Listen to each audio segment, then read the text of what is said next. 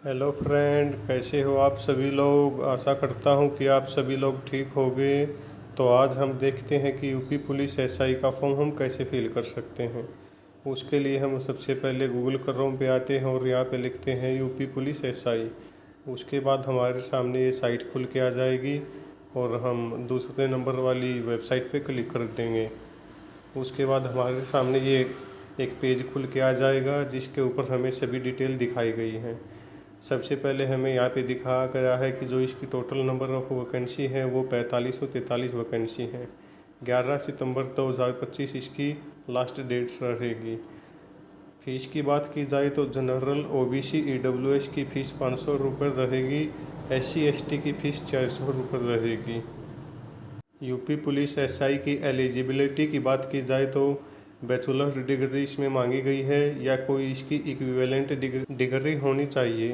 Category wise अगर हम vacancy की बात करें तो एसआई सिविल पुलिस की जो टोटल वैकेंसी है वो 4242 हैं। Platoon commander armed police SI की जो वैकेंसी है वो 136 हैं। एसआई सिविल पुलिस वुमेन की जो वैकेंसी है वो 106 हैं। SI platoon commander special security force की जो वैकेंसी हैं वो 66 हैं। यहाँ पर हमें नीचे यूपी पुलिस एसआई की सैलरी दिखाई गई है जिसमें पे स्केल दिखाया गया है। नीचे हमें यूपी पुलिस एसआई की फिजिकल एलिजिबिलिटी दिखाई गई है जिसमें मेल कैंडिडेट की हाइट होगी 168 centimetre. General OBC SC candidate की जो हाइट है वो 168 सेंटीमीटर है। एसटी की जो हाइट होगी मेल कैंडिडेट की वो 160 सेंटीमीटर होगी।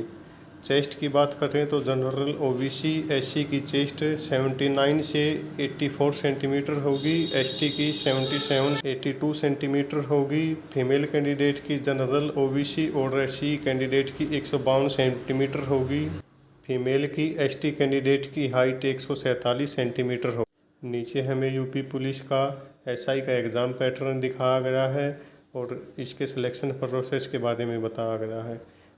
सबसे पहले इसका रिटन एग्ज़ाम होगा, उसके बाद इसका फिजिकल एफिशिएंसी टेस्ट होगा, उसके बाद फिजिकल स्टैंडर्ड टेस्ट होगा, उसके बाद डॉक्यूमेंट वेरिफिकेशन होगा, फिर मेडिकल होगा, उसके बाद लास्ट में फाइनल मेरिट लिस्ट लगेगी। उसके बाद हम नीचे आते हैं और देखते हैं कि हमें डाउनलोड नोटिफिकेशन वाला ऑप्शन दिखाई दे रहा है। उसके सामने क्लिक हियर करके हम नोटिफिकेशन डाउनलोड कर सकते हैं। अप्लाई ऑनलाइन वाले लिंक के सामने क्लिक करके हम इसे अप्लाई कर सकते हैं। उसके बाद हमारे सामने ये पेज खुल के आ जाएगा जिसके ऊपर हमें OTR वाला ऑप्शन भी दिखाई देगा। अगर हमने अपना पहले से ही OTR किया हुआ है तो लॉगिन विद आधार से भी हम लॉगिन कर सकते हैं, लॉगिन विद अकाउंट से भी और लॉगिन विद डिजी लॉकर से भी हम इसे लॉगिन कर सकते हैं। तो सबसे पहले हम अपना रजिस्ट्रेशन कर लेते हैं। हमारे सामने ये पेज खुल के आ जाएगा जिस पे हमें सबसे पहले अपनी ईमेल आईडी फिल करनी होगी। उसके बाद जनरेट ईमेल OTP वाले ऑप्शन पे क्लिक करना होगा। उसके बाद हमारे ईमेल पे OTP आ जाएगा जो कि नीचे फिल करना होगा। दूसरी तरफ हमें मोबाइल नंबर दिखाया गया है जिसके अंदर हमें अपना मोबाइल नंबर फिल करना होगा। सेम यही प्रोसेस रहेगी। उसके बाद हम आगे आएंगे और हमें दिखाया गया है कि हम आधार कार्ड के साथ भी वेरिफिकेशन कर सकते हैं, डिजी लॉकर के साथ भी वेरिफिकेशन कर सकते हैं और अगर आप दोनों में से कोई भी नहीं है तो तीसरे ऑप्शन पे आप क्लिक कर सकते हैं। तो चलिए हम सबसे पहले आधार कार्ड से अपना रजिस्ट्रेशन कर लेते हैं।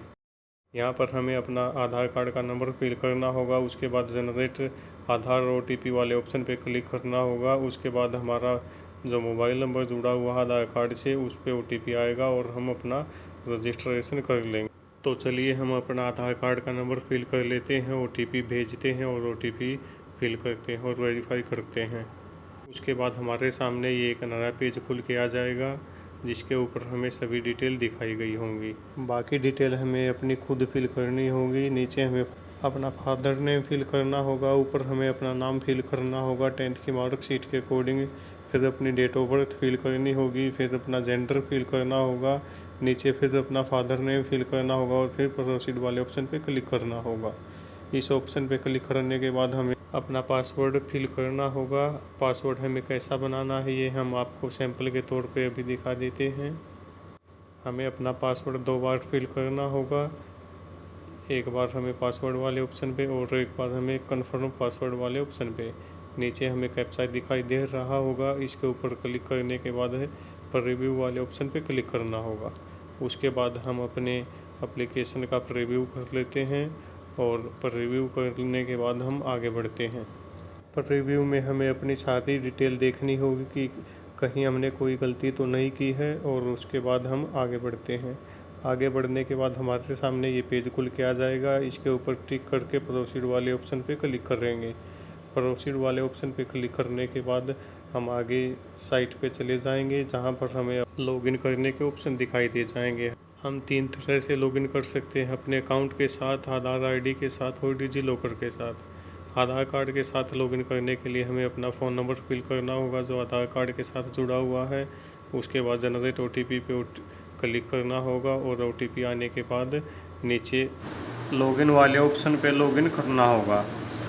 उसके बाद हम अगले पेज पे चले जाएंगे, जहां पर हमें हमारी सारी डिटेल जो हमने पहले से ही फिल की थी वो सभी दिखाई गई होंगी। कुछ डिटेल हमें अपने आप अब फिल करनी होंगी। तो चलिए हम लॉगिन कर लेते हैं। उसके बाद हमारे सामने ये पेज खुल के आ जाएगा। नीचे ऑनलाइन एप्लीकेशन वाले ऑप्शन पे क्लिक करना होगा। ऑनलाइन वाले ऑप्शन पे क्लिक करने के बाद हम अगले पेज पे आ जाएंगे, जहां पर हमें कन्फर्म करके अप्लाई वाले ऑप्शन पे क्लिक करना होगा। उसके बाद हम अपना फॉर्म फिल कर सकते हैं। ये हमारे सामने हमारा फॉर्म खुल के आ जाएगा और हमारी जो भी पर्सनल इन्फॉर्मेशन है हमें यहाँ पे फिल करनी होगी। सबसे पहले हमें अपने मदर नेम फिल करना होगा, मैरिटल स्टेटस फिल करना होगा। आप मैरिड है तो मैरिड फिल कर सकते हैं और अगर आप अनमैरिड हैं तो अनमैरिड फिल कर सकते हैं। नीचे हमें डोमिसाइल का ऑप्शन दिखाई देगा। अगर आप यूपी के रहने वाले हो तो यस कर देंगे, वरना नो करना होगा। यस करने के बाद हमारे सामने डोमिसाइल सर्टिफिकेट का डिस्ट्रिक्ट चूज करना होगा। उसके बाद हमें इशू अथॉरिटी चूज करनी होगी।